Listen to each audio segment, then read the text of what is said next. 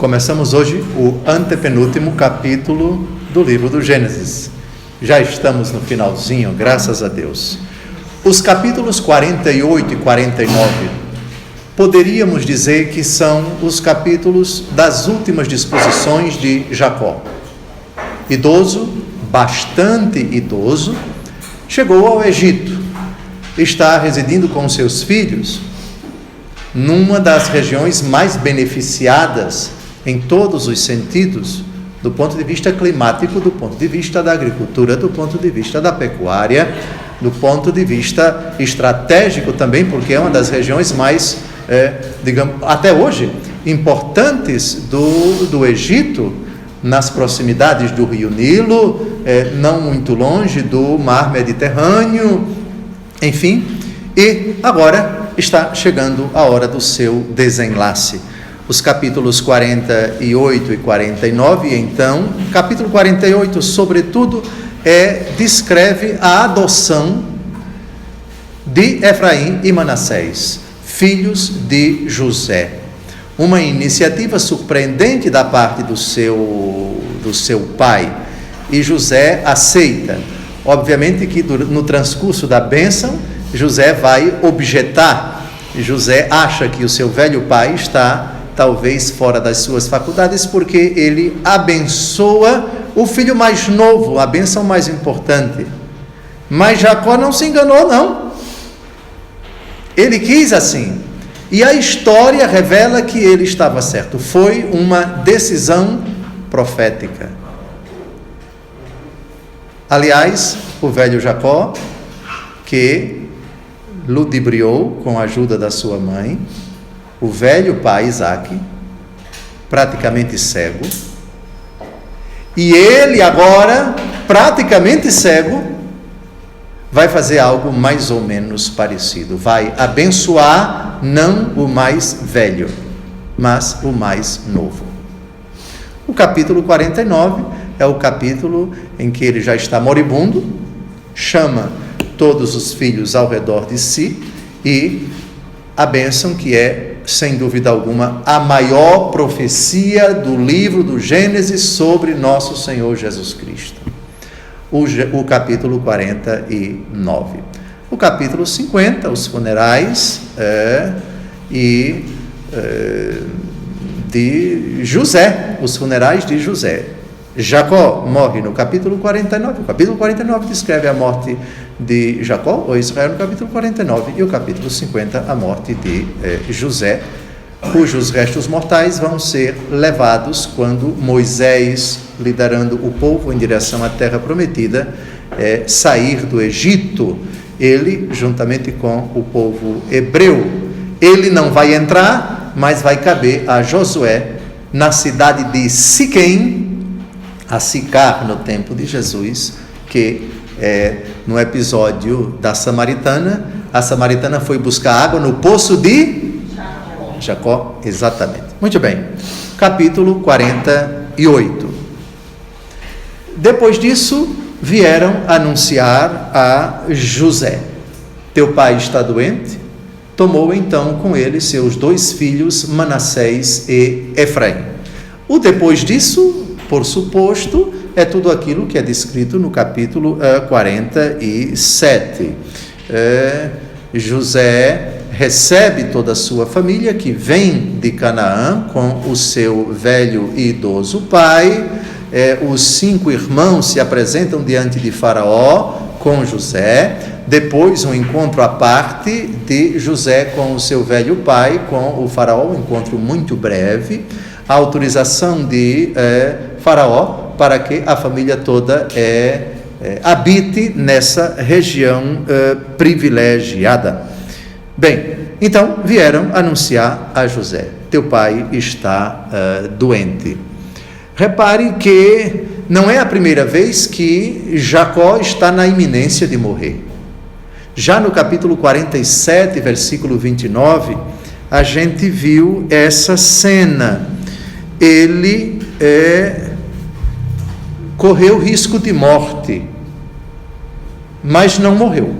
Em Gênesis 47, 29, leiamos em voz alta: E aproximando-se do seu termo, os dias de Israel, chamou seu filho José e disse-lhe: se achei graça diante de teus olhos, mete, rogo-te, tua mão debaixo da minha coxa e promete-me com toda bondade e fidelidade que não me enterrarás no Egito.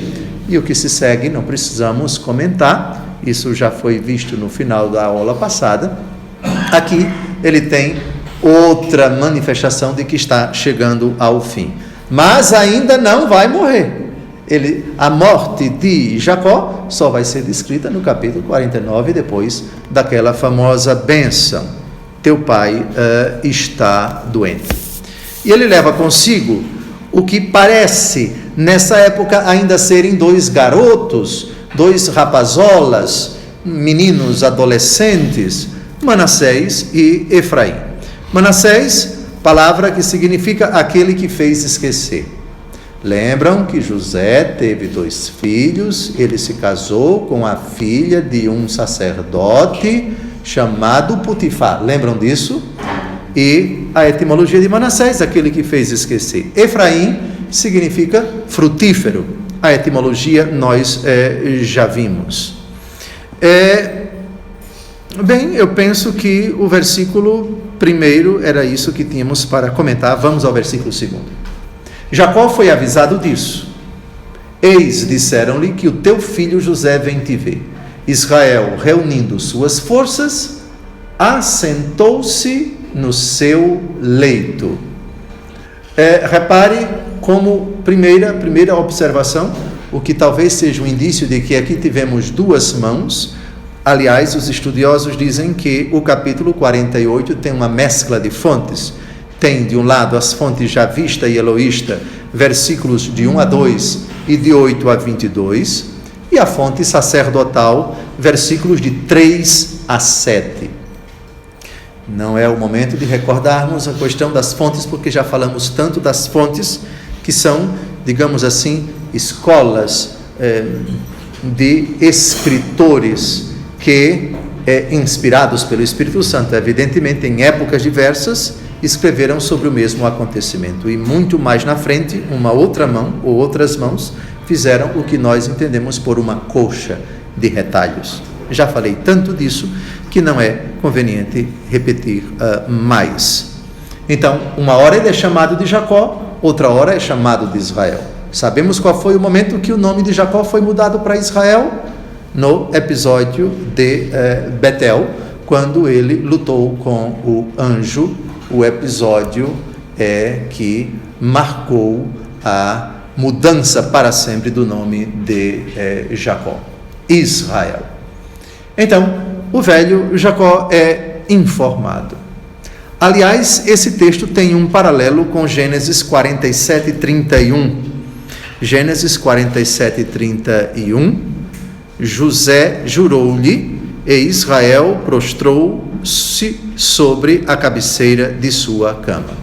Esse episódio que está no finalzinho do capítulo 47 é o episódio em que José, sozinho, diante do seu pai, promete que os restos mortais de Jacó serão levados para fora do Egito, e me enterrarás junto deles em seu túmulo.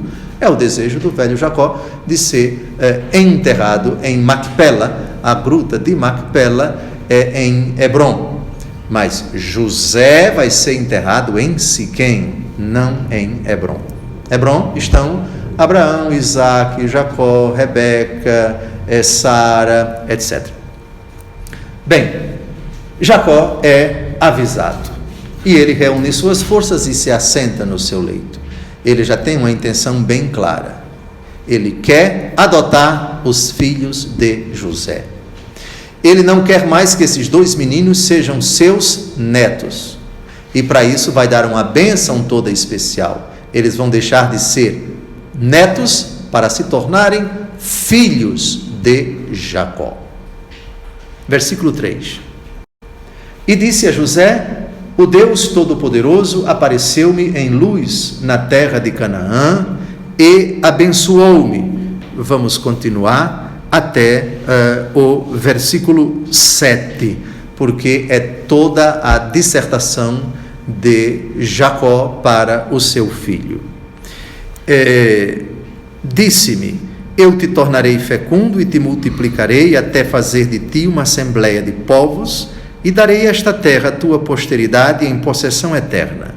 Agora, os 2 filhos que te nasceram no Egito, antes que eu viesse para junto de ti, são meus filhos. Efraim e Manassés são meus, com o mesmo título que Rúben e Simeão. Os filhos, porém, que tiveste depois deles, são teus. É conforme o nome de seus irmãos que eles terão parte na repartição da herança. Quando eu voltava de Padã, tua mãe Raquel morreu em caminho, perto de mim, na terra de Canaã, a alguma distância de Éfrata. Foi ali que eu a enterrei no caminho de Éfrata, hoje Belém. Uma decisão surpreendente. Quem era o amor da vida de Jacó? Raquel. Raquel só deu quantos filhos para Jacó antes do nascimento de Benjamim? Que foi o próprio José. Então, o evento narrado por Jacó foi presenciado por José, que de alguma forma estava ali. Todo mundo tinha vindo de Padã Arã. O que não sabemos era a idade exata de José. Assumindo mais 2, Raquel passa a ter quantos filhos? Indiretamente, porque ela, na verdade, só gerou José e Benjamim. Mas Jacó, assumindo os 2 de José, de certa forma, Raquel passa a ter 4, correto? Aliás, o queridinho de Jacó sempre foi, em Padã Arã, José. José nasceu e Raquel continuou viva. Raquel morre do parto de Benjamim e Jacó, sem deixar de amar José, apega-se muito a Benjamim, que é o filho último da amada dele. E, aliás, com muita relutância, ele acabou cedendo Benjamim para ir para o Egito sem a presença dele. Ele, já idoso, temendo que não ia ver mais Benjamim, na verdade vai ver Benjamim, Benjamim se tornou o caçula de todos eles, e Jacó, enganado pelos seus irmãos, pelos seus filhos, pensava que José já estava morto. Então temos aqui muitos motivos, por assim dizer, para Jacó adotar esses 2 meninos. E repare que ele não foi nada delicado, usou da autoridade do pai. Esses agora são meus. Ele nem pediu autorização ao filho. Ele não tem que pedir autorização. Naquele tempo, na família patriarcal, como era concebida a família patriarcal, o pai não pede jamais autorização ao filho. O filho aceita e ponto final. Então ele já foi logo dizendo: esses 2 meninos são meus. Muito bem, voltemos agora ao versículo 3. Na verdade, o que está no versículo 3 até o versículo 4 é o que Deus Todo-Poderoso havia dito a Jacó na aparição de luz. Vamos dar uma olhada rapidinho em Gênesis 35, de 6 a 13. Na verdade, as palavras do Senhor Deus já estão aí no versículo 10 em diante. Teu nome, disse-lhe ele, é Jacó, tu não te chamarás mais assim, mas Israel. E chamou Israel, disse-lhe: eu sou Deus Todo-Poderoso, sê fecundo e multiplica-te, de ti nascerão um povo e uma assembleia de povos, e de teus rins sairão reis. A terra que dei a Abraão e a Isaque eu te darei, e a tua posteridade, etc. É claro que, se vocês compararem as palavras do Senhor Deus em Gênesis 35 com as palavras reproduzidas por Jacó no versículo 4, não são exatamente iguais, mas nós sabemos que quando uma pessoa, e temos que relevar também a idade avançada de Jacó, a memória dele podia estar comprometida. Ele não reproduziu ipsis literis as palavras que estão em Gênesis 35. mas o espírito, o núcleo, o conteúdo é absolutamente o mesmo. Então, era o que tínhamos a dizer dos versículos 3 e 4 já lidos. Muito bem. Com relação ao versículo 5, agora os 2 filhos que te nasceram no Egito antes que eu viesse para junto de ti são meus filhos. Ou seja, os teus 2 filhos são meus. Efraim e Manassés aqui começam a se tornar cabeças de tribos. Então, quantas tribos de Israel a partir de agora? 12 ou 13? Antes nós vamos dar um saltinho em Números capítulo 1. No livro dos Números, capítulo 1, versículos de 32 a 34, e no mesmo capítulo, de 47 a 49. Primeiro, o capítulo 1 é um recenseamento dos israelitas por ocasião do Êxodo. Estamos muito tempo depois de Jacó, estamos no tempo de Moisés. É feito um recenseamento, e vejam que coisa interessante. Versículo 32. Entre os filhos de José, os filhos de Efraim e seus descendentes, segundo suas famílias e suas casas patriarcais, contando os seus nomes da idade de 20 anos para cima, todos os que eram aptos para o serviço das armas, foram recenseados 40.500 da tribo de Efraim. Da tribo de Efraim. É uma das tribos de Israel.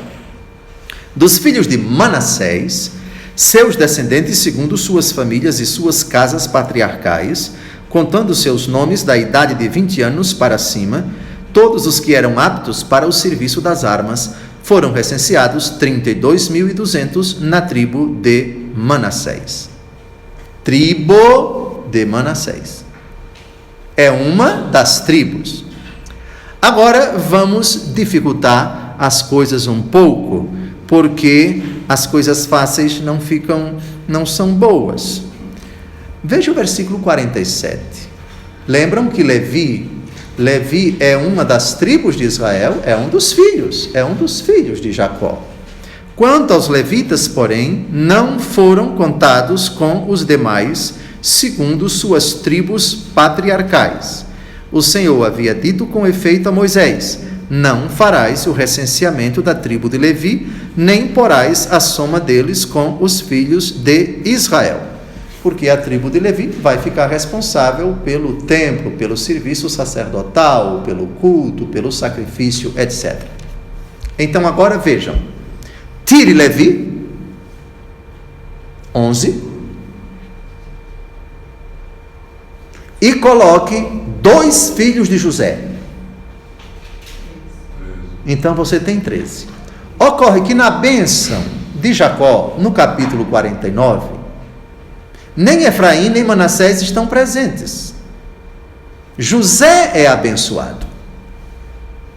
Vamos dar uma olhada no capítulo 49 para ver quem está presente nesta bênção. No versículo 3, quem aparece? Rubem. Versículo 5, no versículo 8, no versículo 13, Zabulon. No 14, no 16, no 19, no 20, no 21, no 22, José. E no 27, Benjamim. Interessante, não é? São adotados, portanto, são filhos adotivos. Mas, na hora derradeira, não estão aqui. Não é interessante? Muito bem. E se nós considerarmos os 2 meninos e não considerarmos José, porque, convenhamos, o futuro vai revelar, José não teve tribo. Teve 2 filhos que se tornaram patriarcas de tribos. Está claro? Está claro? No capítulo 7 do Apocalipse, nem vai aparecer José, nenhum dos seus filhos, mas vai aparecer o outro filho de José. Vamos dar uma olhada no Apocalipse de São João, aqui, sim, e tem uma outra pessoa que não vai aparecer, que estava no leito de morte de Jacó, um dos 12, que os cristãos vão tirar, e já sabemos por que ele foi excluído, e no lugar dele vai entrar um desses 2 meninos. Apocalipse capítulo 7, versículos de 4 em diante. Versículo 5 nós temos Judá, depois Ruben, depois Gad, depois Aser, depois Neftali. Vejam que José vai aparecer, mas Manassés vai substituir Dan. Manassés, 12.000, depois Simeão, depois Levi, que não entrou no recenseamento do livro dos números, mas os cristãos colocam Levi. Continua. Depois Isacar, depois Zabulon, depois José, depois Benjamim. Não é curioso? José, para os cristãos, é uma tribo. Depois Manassés, o filho dele, é uma tribo, mas Efraim não é uma tribo. Nem Dan é uma tribo, mas Levi é uma tribo. Quando estudamos o Apocalipse já vimos isso, e acredito que nesse estudo do Gênesis nós já vimos a razão disso, não já? Pronto, muito bem, voltemos então. Eu tenho algo a dizer do versículo 6. Ele diz que, no versículo 5, que Efraim e Manassés agora são meus, com o mesmo título de Ruben e Simeão. Lembram que Ruben e Simeão são os 2 mais velhos. Judá vem em 4º lugar, que para nós vai ser o mais importante, tanto é que na genealogia do Gênesis, do Apocalipse, adivinha quem vem em primeiro lugar? Judá. Na genealogia do capítulo 7, mas é Novo Testamento, aí já são os cristãos. E era conveniente que Judá viesse em primeiro lugar, porque Jesus é o leão da tribo de Judá. No Novo Testamento, a tribo mais importante passa a ser Judá. Já vimos isso, não já? Muito bem. Agora, dê uma olhadinha no versículo 6. Os filhos, porém, que tiveste depois deles, são teus. É conforme o nome de seus irmãos que eles terão parte na repartição da herança. Os filhos que tiveste depois deles. Isso quer dizer que Efraim e Manassés foram os primeiros e depois vieram outros? Teria tido José filhos da esposa, que é a filha do sacerdote Potifar? O livro do Gênesis não fala desses outros. Ocorre que o verbo aqui está no pretérito perfeito, os filhos que tiveste. Vejamos qual é o verbo utilizado na Bíblia de Jerusalém. Seu Gilberto, como está a primeira frase do versículo 6? Quanto aos filhos que geraste depois deles. Mesma coisa, pretérito perfeito. Porém, parece que em Gênesis capítulo 50 temos uma insinuação, um indício, talvez, de que José não teve nenhum filho, além desses 2. Vamos a Gênesis capítulo 50, versículos de 22 a 23. José habitou no Egito e também a família de seu pai. Viveu 110 anos. Viu os descendentes de Efraim até a 3ª geração. Igualmente, os filhos de Maqui, filho de Manassés, vieram à luz sobre os joelhos de José. Interessante. O texto só diz que ele viu a descendência dos 2 meninos. Por que o livro do Gênesis não registra que ele viu a descendência desses outros, que parece Jacó ter dito aqui que já existiam, os filhos que geraste, os filhos que tiveste?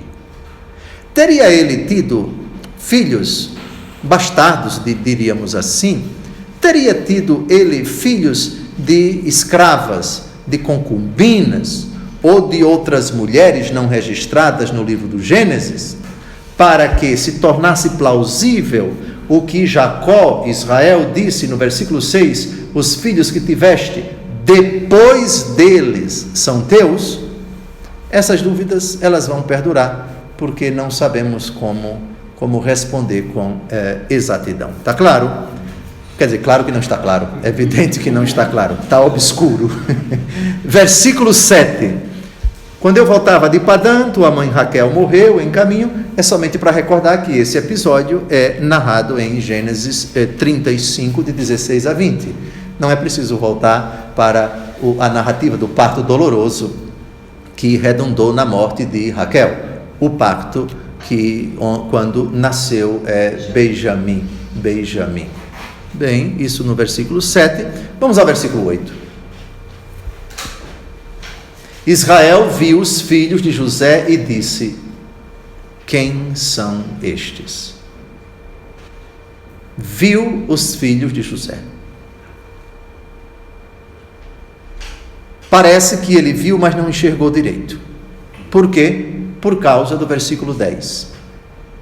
Aqui, antes de tudo, um registro curioso. Quando o velho Jacó, que era novinho, com a ajuda da mãe, fez aquela tramóia, aquela encenação para roubar a bênção, para usurpar, ele que já tinha roubado o direito de primogenitura do seu irmão Esaú, com o episódio do prato de ervilhas, do prato de lentilhas, agora com a ajuda da mãe, vai fazer toda uma armação para enganar o velho pai Isaque, idoso, cego, que reconhece ou pensa que reconhece o filho pelo cheiro da roupa e também com o toque na pele, que foi na verdade uma montagem, não é? Pele de ovelha, que foi colocada aqui para que o velho Isaque pensasse que, porque Esaú era cabeludo, mas Jacó não, então foi preciso fazer isso.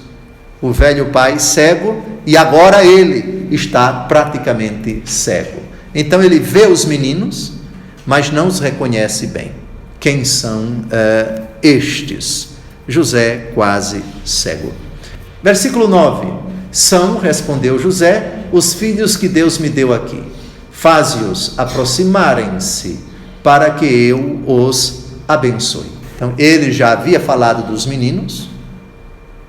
O que nós deduzimos do relato é que ele não estava enxergando bem. Disse isso com o propósito já é irreversível, esses meninos agora são meus, e agora ele enxerga, mas não com muita clareza, os meninos, e por isso faz a pergunta. E vai começar agora o rito solene, segundo os costumes da época, da adoção. Estamos diante de um homem quase moribundo, que vai adotar os filhos de seu filho, ou seja, os seus netos, que vão deixar de ser netos e, para fins de direito da família do mundo antigo em âmbito familiar, vão ser filhos com todos os direitos e privilégios dos outros filhos. Versículo 10: os olhos de Israel tinham se enfraquecido tanto pela idade que já não podia ver.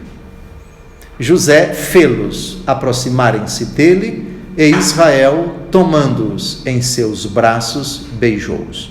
Eu enxergo aqui uma cena muito comovente. Aqui estamos diante de um homem que durante muitos anos amou Raquel. E ela gerou José. E ele se apegou muito ao menino, que veio para a Terra Santa, provavelmente um adolescente. A amada Raquel entra em trabalho de parto, ela provavelmente engravidou em Padã Arã, no parto ela morre. Deve ter sido um sofrimento cruel para ele, que se apegou ao menino que nasceu Benjamim, e certamente os dois meninos passaram a lembrar sempre a figura da sua amada.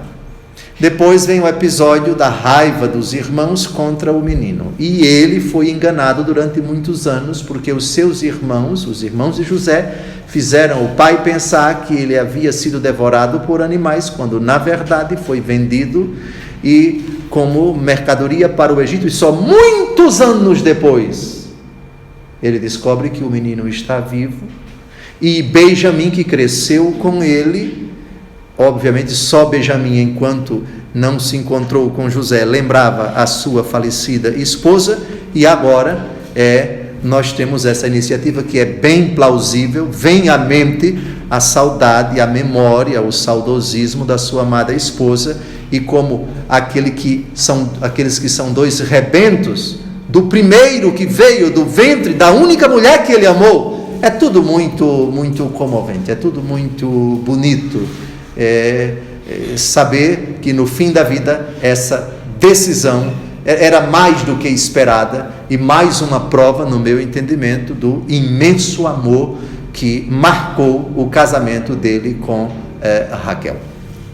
Depois disse a José: não esperava mais rever-te, e eis que Deus me fez ver teus filhos.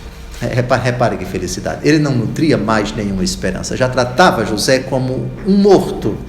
Aliás, bem antes de ele ir para o Egito, porque os filhos tramaram para dizer o pai, enganando, embebendo a túnica em sangue de animal, para que o pai pensasse que o menino havia sido devorado. E agora ele tem a felicidade de tantos anos depois encontrar o seu amado filho, o primeiro que veio do ventre da sua amada Raquel, com 2 meninos. Versículo 12. José tirou-os dos joelhos de seu pai e prostrou-se com o rosto por terra. O pai, aqui a cena curiosa, talvez insólita para os tempos atuais, que o gesto de abraçar os meninos, de beijar os meninos, vem acompanhado com o propósito de colocá-los entre as coxas, no meio das pernas, entre os 2 joelhos. Deve ter sido algo assim muito bonito. E os meninos não deviam ser grandes, porque não se concebe que um homem idoso coloque no meio das pernas 2 marmanjos, isto é, 2 adolescentes ou 2 adultos. Os meninos deviam ser de baixa estatura, portanto, deviam ser meninos novinhos. Vamos chutar entre 4 anos e 8 ou 10 anos de idade, talvez nem tudo isso. Muito bem, mas a bênção ainda não foi dada, porque agora, nesse versículo 12, José tira os meninos dos joelhos de seu pai e se prostra com o rosto por terra, sinal evidente do grande respeito pelo seu pai, uma reverência de alguém que, mesmo sendo a segunda maior autoridade do Egito, isso para Jacó não quer dizer absolutamente nada. Ele aqui é filho. E se é autoridade com autoridade, a autoridade do pai é imensamente maior do que a autoridade que ele obteve de Faraó. Ali ele é um filho qualquer, é um filho que ama muito o seu pai e que manifesta essa reverência. Ele se dobra diante do seu pai conforme o costume da época. Meu pai está adotando meus 2 filhos e eu aceito, e como sinal dessa aceitação eu me inclino diante dele, rosto por terra. Vejam, é colocar o rosto, não é uma mera inclinação, é aquele gesto de oração que os muçulmanos hoje fazem. Eu quero dizer a vocês que não só os muçulmanos, porque há judeus que também rezam daquela forma, e há cristãos também que rezam daquela forma. Versículo 13, tomou depois os 2, Efraim pela mão direita, para colocá-lo à esquerda de Israel, e Manassés pela mão esquerda, para colocá-lo à direita de Israel, e fê-los aproximarem-se. Aqui uma coisa curiosa, atentos, porque um deles é o mais velho, o outro deles é o caçula. Quem é o mais velho e quem é o caçula? O mais velho é Manassés, o caçula é Efraim. Ora, ele colocou os 2 diante de Israel, um à sua direita e outro à sua esquerda, para que Israel pusesse a mão direita no mais velho e colocasse a mão esquerda no mais novo. A bênção mais importante seria para o mais velho, a bênção secundária seria para o mais novo. Lembram vocês da comparação que a gente faz lá na bênção de Jacó? do velho Isaque, dando para ele todos os poderes de primogênito, e a bênção de Esaú foi bem discreta. Mesmo Esaú dizendo, mas meu pai, eu sou o mais velho, não teve jeito, a bênção já havia sido dada para Jacó e ele não voltou atrás. A bênção de Esaú foi bênção, mas foi bem secundária. José imaginava que quem devia ficar do lado da mão direita do seu pai era o mais velho, e quem devia ficar do lado da mão esquerda do seu pai era o mais novo. Só que os meninos não saíram do lugar. O velho Jacó colocou a mão direita na cabeça daquele que estava do lado esquerdo, e vice-versa. Então a bênção foi assim. Entenderam? Entenderam? Só que José protesta. Nada feito. E aqui a gente vai entender que foi um gesto profético pelo que vai acontecer no futuro com a tribo de Benjamim, a tribo de Efraim e a tribo de Manassés. Daqui a pouco. Então, atenção. Quem é o mais velho? Manassés. Quem é o caçula? Efraim. Muito bem. Mas Israel estendeu a mão direita e pô-la sobre a cabeça de Efraim, o caçula, e a mão esquerda sobre a cabeça de Manassés. Cruzou assim as mãos, porque Manassés era o primogênito. O velho Jacó não está gagá. Ele vai ser objetado e vai dizer que aquilo dali era assim mesmo, e vai fazer uma profecia. Antes, no versículo 14, esta é a terceira vez no livro do Gênesis que um filho menor recebe a bênção principal. Quem foi o primeiro filho na Bíblia que recebeu a bênção que era reservada para o mais velho? O próprio Jacó. O próprio Jacó, no episódio de Esaú e Jacó. Depois, nós temos Fares e Zara. Esses dois meninos eram filhos de quem? De Tamar. Gêmeos. Um ia nascer na frente do outro. Colocou a mãozinha direita na vagina da mãe, que já estava saindo. E aí a parteira colocou um fio, justamente para lembrar que era o mais velho. Deixa que o menino entrou. Deve ter tido uma cólica e o menino não saiu. E quem acabou saindo foi o outro. Lembram desse episódio? Vamos dar uma olhada em Gênesis 38, de 28 a 29. Tamar fez sexo com quem? Quem são os filhos de Tamar? Judá. O marido de Tamar, os pais dos filhos de Tamar, Judá. Muito bem, então vamos ao parto, muito curioso. Versículo 27.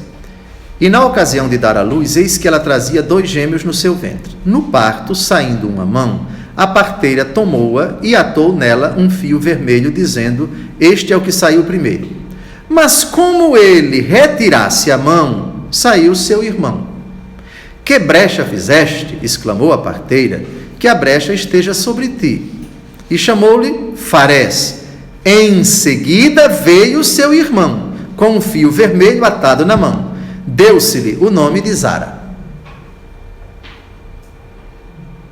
Então, na verdade, quem nasceu primeiro foi o menininho que estendeu a mão. A mão saiu do ventre, então esse que nasceu primeiro. Só que por um mistério curioso, ele entrou e quem acabou nascendo foi o outro. Agora, qual a importância disso para o cristianismo? Mateus capítulo 1. Vamos dar uma olhada, que coisa curiosa. Quem acabou sendo abençoado, quem acabou sendo ancestral de Jesus, não foi o mais velho. Mateus capítulo 1, a página 1285, lá no versículo 3. Todos em voz alta. Judá gerou de Tamar, Fares e Zara. Fares gerou Esrom. Esrom gerou Arão e segue. Repare que Fares é o caçula, não é Zara. Zara foi o que colocou a mãozinha primeiro. Portanto, ele foi o primogênito, o mais velho. Mas quem acabou sendo, repare que no versículo 3, Judá gerou de Tara, Farés e Zara. Ele não diz, Zara gerou fulano, só diz, Farés gerou Hezron. E Farés é o caçula. Está claro? Ficou claro? Voltemos agora. E o terceiro filho mais novo que acaba recebendo a bênção principal é Efraim, o caçula. Versículo 15. Aliás, uma outra coisa muito importante: Israel estendeu a mão direita e pô-la sobre a cabeça de Efraim, e a mão esquerda sobre a cabeça de Manassés. É a primeira vez na Bíblia, atenção, isso é importante, é a primeira vez na Bíblia que se fala de imposição de mãos. Um gesto que pode significar bênção, que pode significar consagração, um gesto que pode significar a unção, um gesto que pode significar, no Novo Testamento, a ordenação. Os diáconos são ordenados com a imposição das mãos, mas também um gesto de bênção. Jesus impôs as mãos sobre as criancinhas, eles as abençoava dessa forma. Pulemos agora para Mateus 19:13, um gesto muito bonito de Jesus que significa a sua bênção. Mateus 19:13, foram-lhe então apresentadas algumas criancinhas para que pusesse as mãos sobre elas e orasse por elas. Então é um gesto muito significativo, imposição das mãos e oração. Senhores pais, quando puderem, façam isso com seus filhos, como Jesus fez. Senhoras esposas, imponham de vez em quando as mãos nos maridos e orem sobre eles. Puxa, mas eu posso? Jesus orou sobre as crianças. A imposição das mãos, dependendo das pessoas envolvidas, ela é proibida. Ninguém pode impor as mãos para ordenar um diácono, senão um bispo. Ninguém pode impor as mãos para ordenar um padre, senão um bispo. Ninguém pode impor as mãos para ordenar um bispo, senão um bispo. No rito de ordenação para diáconos, no rito de ordenação para presbíteros e no rito de ordenação para bispos. Mas a imposição das mãos na Bíblia, dependendo das pessoas, tem esse significado. Eu vou rezar por essa pessoa, vou pedir a Deus que a abençoe. Prometem fazer esse dever de casa? Sim. E também podem pedir vocês para que imponham as mãos sobre vocês, as pessoas que vão rezar sobre vocês. É um gesto que o próprio Jesus fez. E repito, versículo 13, para que pusesse as mãos sobre elas e orasse por elas. Está claro? Está claro? Agora vamos a um rito de ordenação sacerdotal. Padres são ordenados com a imposição das mãos dos apóstolos, ou imposição das mãos dos bispos. 1 Timóteo, capítulo 4, versículo 14, vamos ler em voz alta. Não negligencies o carisma que está em ti e que te foi dado por profecia, quando a Assembleia dos Anciãos te impôs as mãos.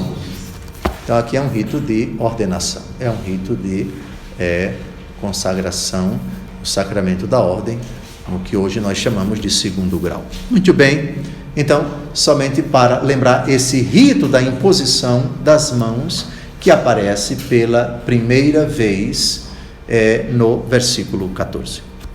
Versículo 15.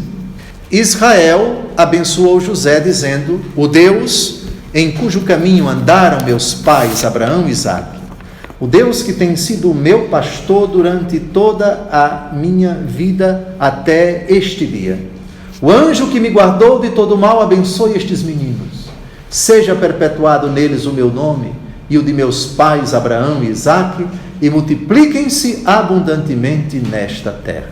É solene, né? É uma bênção que evoca exatamente este favor de Deus. Ele é uma bênção anamnética, vamos dizer assim. A anamnese é uma recordação eficaz.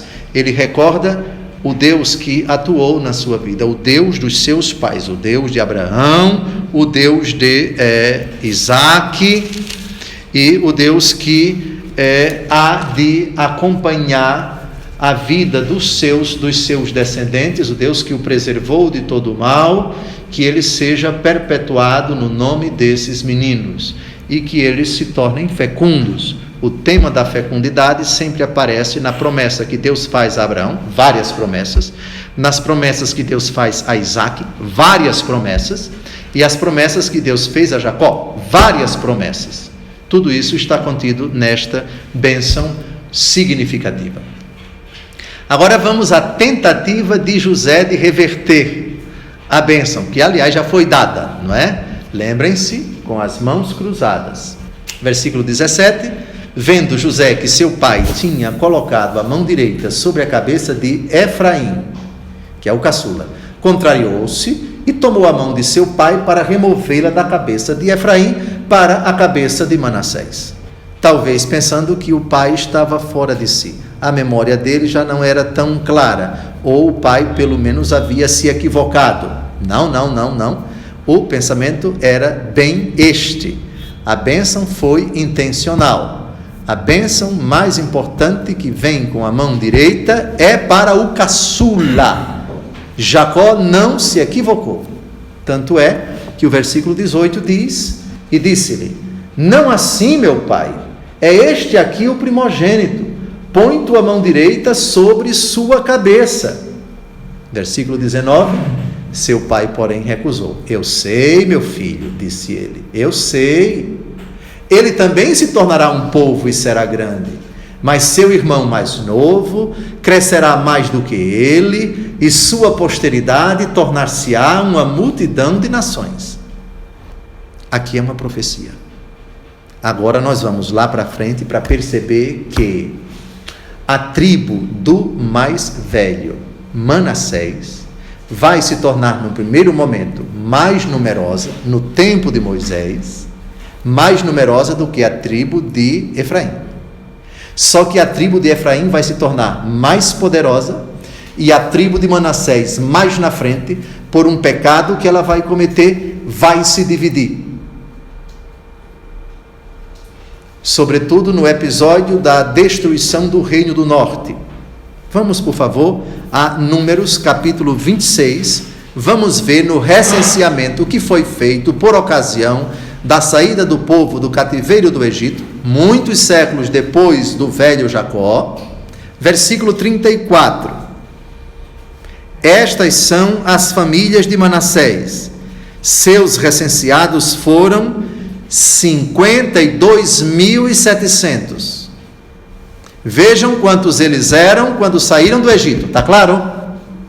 Vamos agora ao versículo 37. Estas são as famílias dos filhos de Efraim. Seus recenseados foram 32.500. Quase a metade, está claro? Mas foi Efraim que recebeu a bênção mais importante. Mas isso não basta. No tempo do Êxodo, Manassés tem mais, Efraim tem menos. Mas a tribo de Manassés posteriormente se divide, e a Bíblia vai chamá-la de meia tribo.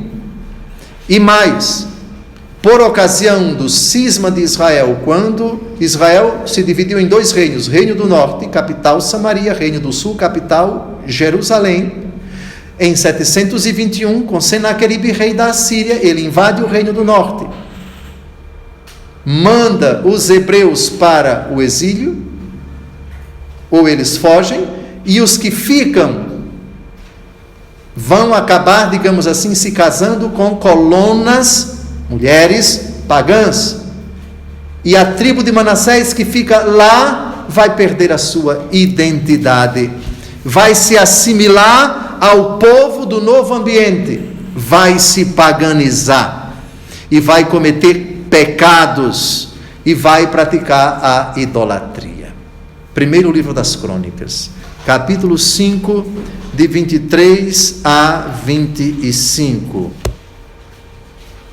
Os filhos, vamos ler juntos? Os filhos da meia tribo de Manassés. Um momento, meia tribo. Parte, desaparece e fica meia tribo. Vamos ler. Moravam na terra desde Bazã até o Baal Hermon, o Sani e a montanha de Hermon. Eram numerosos. Eis os chefes de suas famílias patriarcais: Efé, Jesi, Eliel, Esriel, Jeremias, Odóia e Gediel, homens valentes e poderosos, célebres chefes de suas casas patriarcais. Mas, olha aqui, o velho Jacó, ao abençoar Efraim, sabia o que estava fazendo. Vejam o que vai acontecer depois com Manassés. Foram infiéis ao Deus de seus pais e prostituíram-se, adorando os deuses dos povos que Deus tinha destruído diante deles. Vejam que coisa impressionante. O mais velho. Muito bem. Agora, por outro lado, o Salmo 59, versículo 9, apesar disso, Deus não deixou de amar a tribo de Manassés. Salmo 59, versículo 9, todos juntos. Salmo 59, 9. Minha é a terra de Galaade, minha a de Manassés. Efraim é o elmo de minha cabeça, Judá o meu cetro. Ou seja, apesar desse pecado, caiu em desgraça, sem dúvida alguma, mas não deixou de ser amada por Deus. Aliás, nós já vimos em Apocalipse 7:6 que Manassés aparece, apesar da idolatria. Versículo 20. Abençoou-os, pois, naquele dia e disse: Israel vos nomeará em suas bênçãos. Disse-á: Deus te torne semelhante a Efraim e a Manassés. Foi assim que ele pôs Efraim na frente de Manassés. Ou seja, é como se ele estivesse dizendo: doravante, por vontade minha, vai ter esse provérbio que vai ser repetido por todos os hebreus. Que Deus abençoe você e torne você semelhante a Efraim e Manassés, que foram abençoados pelo nosso patriarca, o velho Jacó, o velho Israel, no fim da vida, e por vontade dele, esse provérbio há de ser repetido. E os últimos versículos, versículo 21, Israel disse a José: vou morrer, mas Deus estará convosco e vos reconduzirá à terra de vossos pais. Já no versículo 21, nós temos o desejo do velho Jacó, não é? De, primeiro, não ser enterrado ali, e segundo, de que a presença do povo no Egito é provisória. A memória da terra, a ligação com a terra, lembrem-se que a terra que jorra leite e que jorra mel, a terra que Deus Todo-Poderoso prometeu dar a Abraão, não é o Egito, é Canaã, é a terra santa. Por isso se compreende: e vos conduzirá à terra de vossos pais. Quem são os vossos pais? Primeiro, eu, que sou o pai de vocês todos. Depois, pais no sentido lato, Isaac e Abraão, não é? Muito bem.